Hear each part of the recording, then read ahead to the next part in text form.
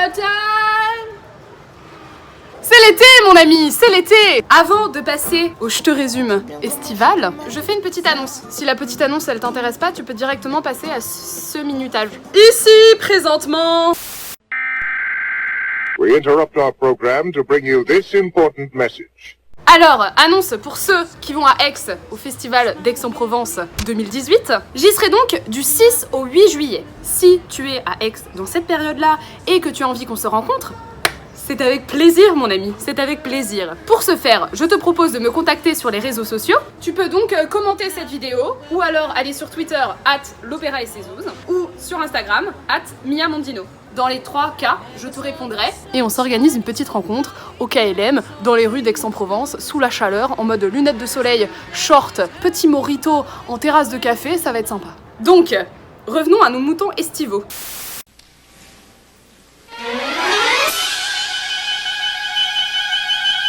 Moi je... Attends. Eh mais...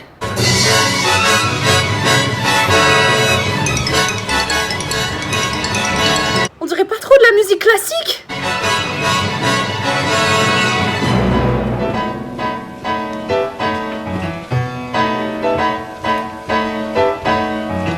Mais oui, mon ami, c'est Porgy and Bess de Gershwin. C'est classifié comme un opéra, car Gershwin, hein, pour les connaisseurs, c'est un compositeur américain du début du XXe siècle. Et donc un compositeur classique, mais qui a beaucoup écrit pour le jazz. Du coup, cet opéra est dans la limite entre classique et jazz. C'est d'ailleurs pour ça que c'est stylé. D'ailleurs, tu vas vite reconnaître un des airs.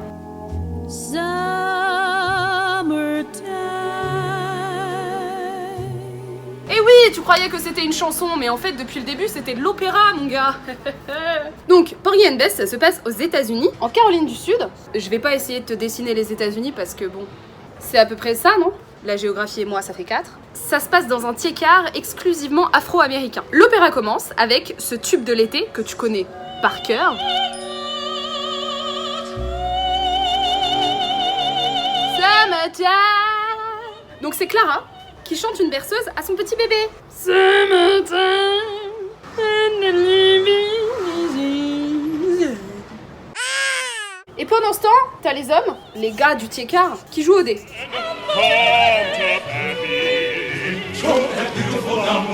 À ce moment-là, il y a Porgy qui débarque dans un chariot tiré par une chèvre. Oh là là, il va falloir dessiner une chèvre. Parce qu'en fait, c'est un handicapé, c'est un infirme. Donc du coup, il peut pas marcher. Et donc du coup, il arrive et il a envie de jouer au dé avec les gars, mais les gars lui disent ouais, non. Puis à ce moment-là, devinez qui débarque. Il y a Bess, canon, petits cheveux et tout. Elle débarque avec son gars, Crown. C'est genre un thug, c'est un voyou, c'est un petit gars. Il commence à s'engueuler avec un des joueurs sur le jeu.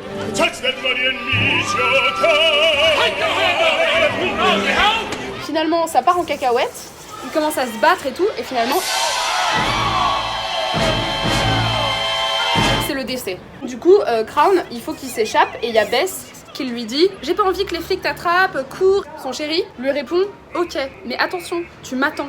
Quand je reviens, je te récupère, pas dans ton loupin. » Donc pour se calmer, Bess...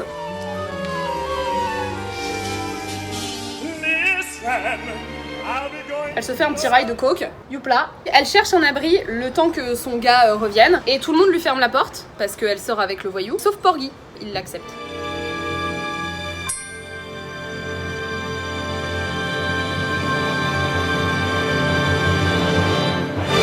Donc là, c'est des mois après. Porgy, il est en pleine forme depuis qu'il habite avec Bess.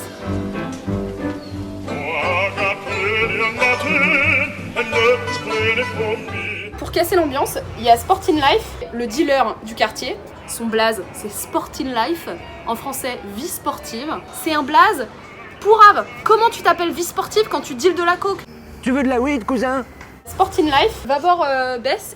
Tu veux de la poudre magique et partir à New York avec moi? Et Bess, elle est là. J'ai arrêté, laisse-moi tranquille, j'ai une belle vie. Donc il l'a fait trop yesh. Et là, il y a Porgy qui vient et qui intervient et qui dit à Sporting Life tu vas laisser ma go tranquille. Donc il se casse, le sportif. Ensuite, il y a un pique-nique général qui est en train de s'organiser. Porgy il peut pas y aller et Bess par solidarité, elle lui dit qu'elle veut pas y aller non plus. Mais lui il lui dit non, vas-y. Elle dit oh mais t'es trop gentil. Et lui il dit non, c'est toi qui es trop gentil. Mais non, c'est moi qui t'aime plus. Non, c'est moi qui t'aime. Non, c'est moi qui t'aime. Qui me rappelle que je suis seul. Il y a un duo d'amour entre Porgy et Bess.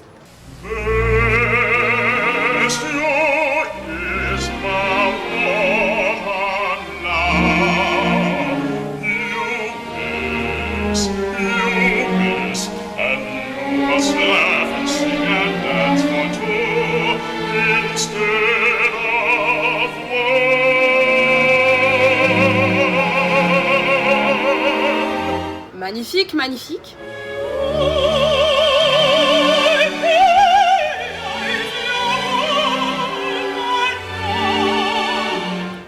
Et ensuite, tout le monde se casse, Bess inclus, au pique-nique sur une île. Ensuite, on est sur l'île.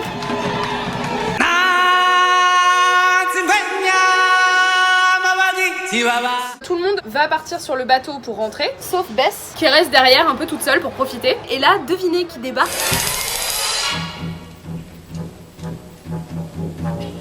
Surprise! Son ex, meurtrier, voyou, utilisateur de substances illicites, son ex débarque pour lui dire de se remettre avec lui. Bla bla bla pendant 1000 ans. Finalement, arme fatale, il la prend dans ses bras en mode lover, il l'embrasse. Elle ne résiste pas à son charme et elle reste avec lui sur l'île pendant que le bateau s'en va pour retourner au quartier sans elle. Mais non!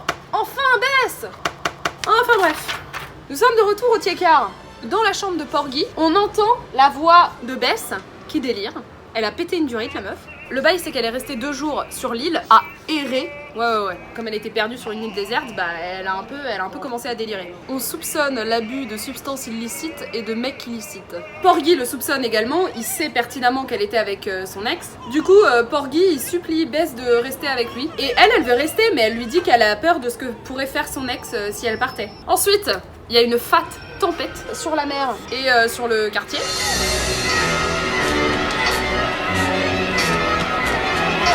Tout le quartier se sont rassemblés à l'intérieur et ils sont en train de chanter des prières et tout. À ce moment-là,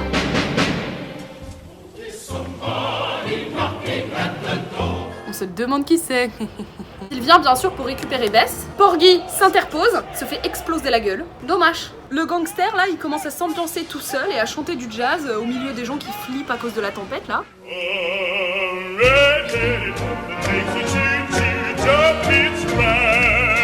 Et à ce moment-là, il y a une nana qui hurle parce qu'elle voit à travers la porte le bateau de son mari, le pêcheur, qui est pris dans la tempête et qui se renverse et qui tombe dans les vagues. Elle donne son bébé à Bess, elle court dans la mer pour aller voir son mari. Bess supplie les gens d'aller aider la meuf qui est partie et le seul qui est chaud pour y aller, c'est son ex. Et ensuite, suspense, c'est l'acte 3.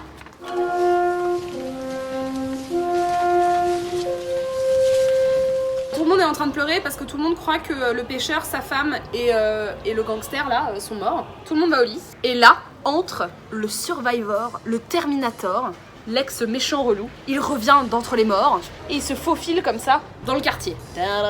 Il va jusqu'à la fenêtre de Porgy, il veut se faufiler dans la fenêtre quand soudain, un bras avec un couteau sort de la fenêtre et plante le couteau dans le dos du méchant.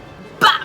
Et là, il y a Porgy qui sort la tête, qui l'attrape avec ses 2 mains par le cou et qui l'étrangle comme ça, tout doucement en mode sadique là. Et après, une fois que le gars est mort entre ses mains, il crie à Bess.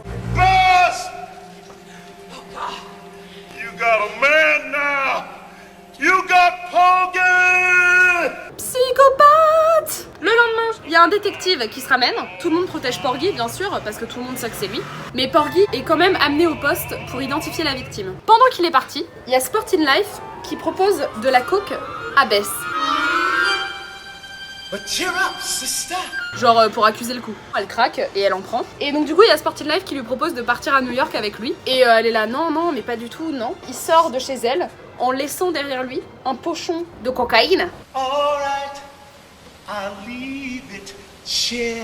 Et une fois qu'il est parti, elle se jette sur le pochon et elle le ramène chez elle, enfin bref. Rechute, dommage. Une semaine plus tard, Porgy rentre enfin au quartier et en fait on apprend qu'il voulait pas regarder le corps, donc du coup il a fait obstruction à la justice et donc du coup on lui a filé 1 semaine de prison. Et quand il cherche Bess, tout le monde commence à l'engueuler. T'es pas revenu pendant une semaine et maintenant elle est perdue à jamais. Et finalement, il arrive à soutirer l'information qu'en fait elle est partie à New York avec l'autre relou là, qu'elle est retombée dans la drogue. L'opéra se termine où t'as Porgy qui promet à l'assemblée d'aller chercher Bess et de la sauver, de la ramener et tout. Et donc du coup, Porgy part pour New York pour sauver Bess.